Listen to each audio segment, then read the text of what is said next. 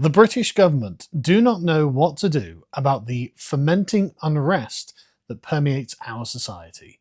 And so in August 2024, Yvette Cooper, as she was brand new Home Secretary, announced in her words, as Policy Exchange tell us, a rapid analytical sprint of government policy on extremism.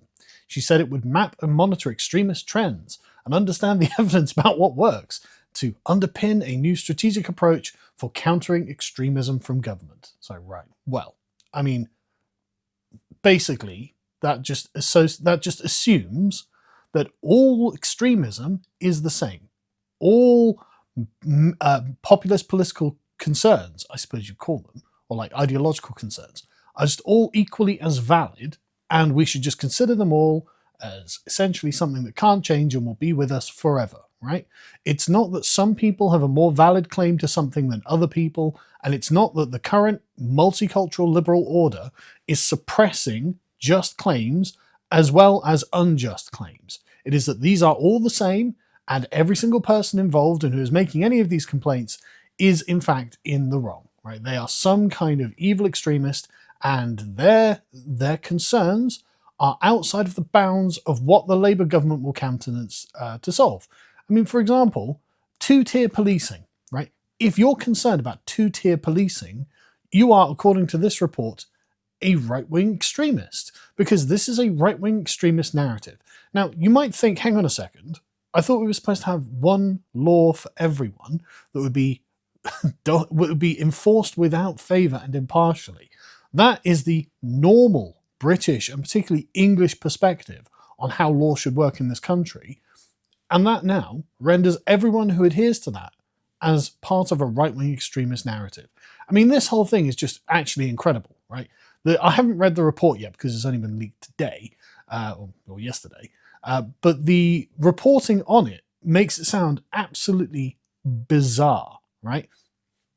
The idea that this is, again, all equal and all valid, or all the same, is just insane, right? So 94% of terrorist deaths in the UK since 1999 were carried out by radical Islamists. And yet, the UK government is like, well, it's misogyny, it's Andrew Tate, it's Hindu nationalism.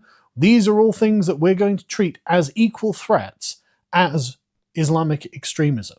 It's like, okay, well, hang on a second, and right-wing extremism, whatever it is, right? These are all being treated as if they are just the same. The Policy Exchange said the focus was now on conspiracy theorists, misogynistic incels, and those with a fixation on gore and violence without an adherence to an ideology. So, of course, in the wake of the Southport massacre, they don't know what to do. It's not evident from their perspective what the proper thing to do is to prevent extremism from both sides.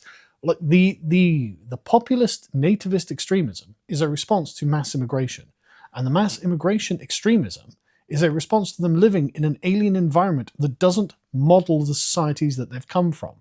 It's like, well, this was an inevitable consequence of bringing in millions of people and forcing them to live side by side without an overarching understanding that the native culture has more valid, more valid demands to be made for conformity than the new cultures that have arrived, right? This is what would normally be called integration. But you'll notice that conversation is completely off the table, and we're not discussing that in any way, shape, or form anymore. Now it's right, okay, there are new sort of colonies, ethnic enclaves of foreign cultures, and the government's job is to make sure that all of these play nice with one another. It's like, okay, but I can't help but notice that you seem to be ignoring the fact that this isn't working, and pressures are rising. People are feeling more and more tense, and every time an atrocity happens, well, it just puts another weight on the scale, and eventually this is going to tip over. And that's what they're most afraid of. And it's also what they don't know how to deal with. And so, of course, they're like, okay, what we're going to do, we're going to expand, it says in here somewhere, we're going to expand non-crime hate incidents, because, of course, the Conservatives decided that they were going to just, well, no, that's not something we should be worrying about. We should be dealing with other things for other reasons. And they dealt with nothing for any good reasons. But the point being, a non-crime hate incident is just state surveillance. And so the Labour government's like, okay, well, we're just going to expand non-crime hate incidents, to expand the amount of surveillance to hopefully catch some lunatic extremist before he goes on a killing spree, because we don't know what else to do. Because questioning the foundational moral validity of what has been done to the British people is off the table. Taking steps to change this country in order to make sure it is the home of the British is off the table. All of these foreign communities that have been brought here by Labour and Conservative governments have to be accommodated as much as possible, which means treating extremism from either side as perfectly valid and just the same, or perfectly invalid, and just the same, as if these claims are all wrong and it is inevitable that this happens. But that is not resolving anything, obviously. And you can see that they're like, well, I mean, these are just the findings from this study that we've done, and we haven't got any policy proposals yet. We're going to considering a wide range of next steps. Yeah, you're just going to criminalize Andrew Tate, right? The manosphere and Hindu nationalism were identified by the Commission after last summer's riots. So, okay, but riots are the language of the unheard, I hear, and are a consequence of a series of behaviours against these communities from other communities that they are not feeling that are being well and justly resolved. This isn't terrorism, right? This is a symptom of the underlying ethnic conflict that is taking place across Britain at the moment. The symptom is from other things. And so anyway, you get this where it's like, they're not going to focus on ideologies of concern, which is like, okay, well, I mean, I'm not sure that's wise, because there are definite ideologies of concern in Britain at the moment, aren't there? And what they're going to focus on is behaviour-based and ideologically agnostic approaches, which, okay, fair enough. And they want, as you can see, they want to catch any future Axel Rudicabanas before they emerge. But look at the focus, right? For the first time, it identifies Hindu nationalist extremism as ideologies of concern after the unrest in Leicester in 2022, under the heading Extreme Misogyny. And under an online subculture called the Manosphere is now the place that they're worried about. It's like, really, is this? But we've just seen that 94% of terrorist deaths are due to one particular ideology that isn't being mentioned here. I mean, and in fact, if anything, they're trying to downplay this. The report also says that the activity of grooming gangs is frequently exploited by the far right. It's like, why is that possible? Is that not just because of the continual failure of the liberal establishment to identify bad behaviour coming from a particular community and stop it?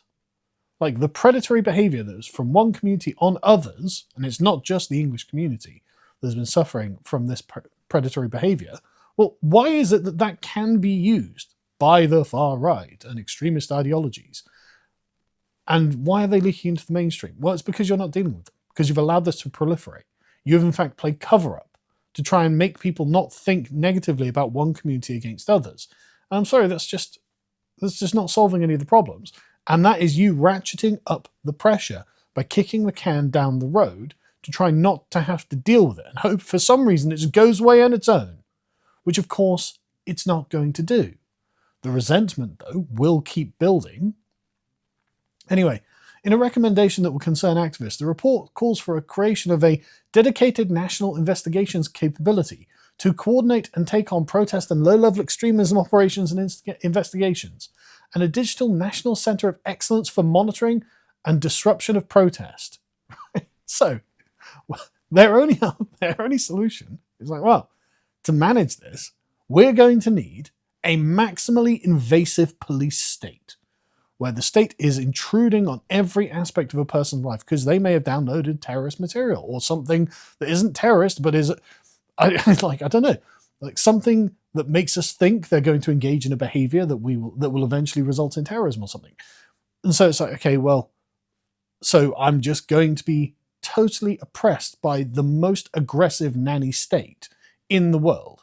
I'm not free to do whatever I want. I'm not free to read things or to do things because they don't know what that means, because they have got no particular concern about any one group. They are here to manage the entire chessboard. And of course, here we are. They're going to reverse the code of practice of reducing the non-crime hate incident reporting. Again, such a thing shouldn't be necessary, but it is necessary in the multiculti police state to make sure that some rando on his own or part of an ideological group doesn't just go off on a big terrorist spree and kill a bunch of children. They don't know what else to do. There is nothing else that they can do because they presuppose that this multicultural form of Britain, and in particular England at the moment, is how it ought to be. And until we can start consider other forms of Britain and England in particular, well, there's nowhere else to go. It's just further down the police state paradigm. And I have to say, I'm not in favour of that. I'm really, really not. I would rather we are less multicultural and less of a police state, because we will have less terrorism, less random stabbings, less atrocities, fewer even, I should say. And this was actually, I think, a preferential way for the country to be than in the experiment, the 25-year experiment of mass immigration and multiculturalism, right? And I realize this probably puts me on a list. This probably makes me think, oh my God, he thinks that things could be better if they were different. My God, this guy's a right-wing extremist. We're going to have to follow him. We're going to have to bring him in. We're going to have to, I mean, this is literally what happened to Callum coming back from the United States. So Callum at the moment runs his YouTube channel and just goes to foreign countries and says, look, this is the thing these foreign countries do. Isn't this strange and different?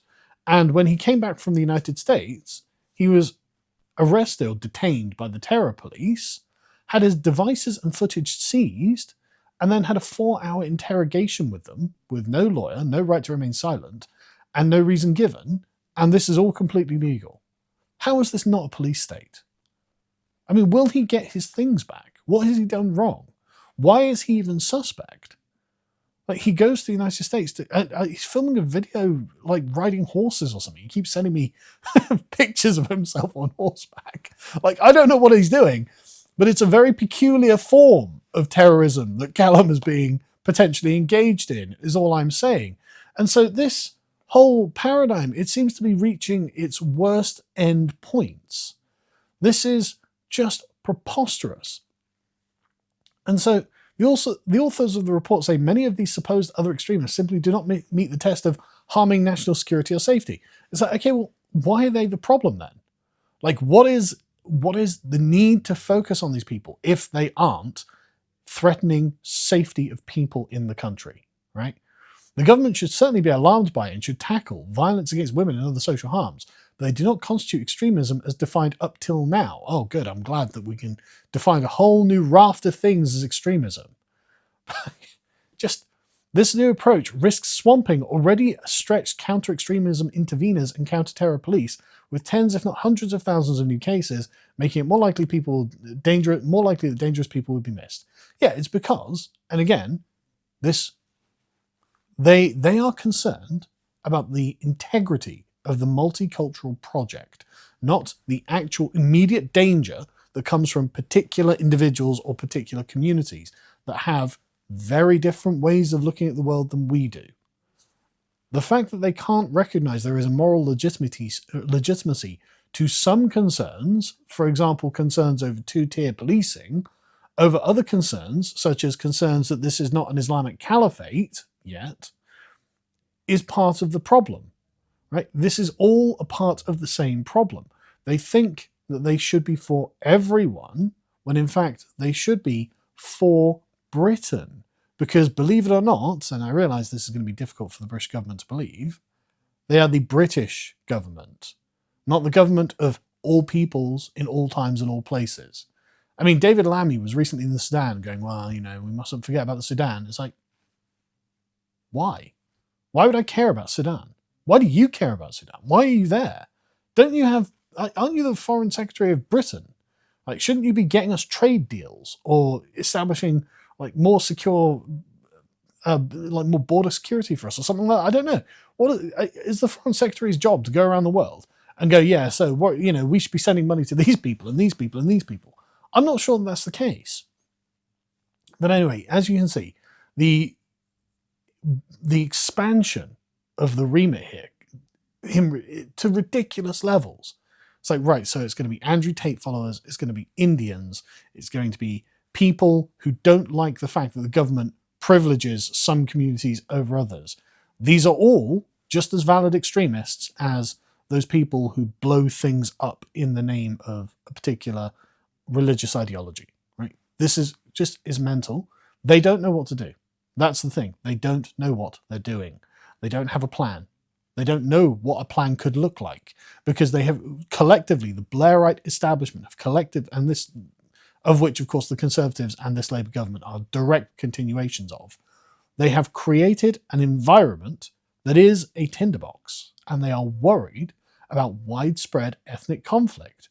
And until they can find a way of properly policing and patrolling the borders between these now contradictory and disparate communities, well, it looks like we're just going to have to suffer atrocity after atrocity as some lunatic from random community, and it can be from any of them, decides they've had enough. The social contract, which we're not a social contract society, but never mind, the social contract doesn't work for them, and they're going to do something deeply irrational and dangerous. And this will be the way things are until they have a sufficiently powerful police state. Welcome to Britain in 2025.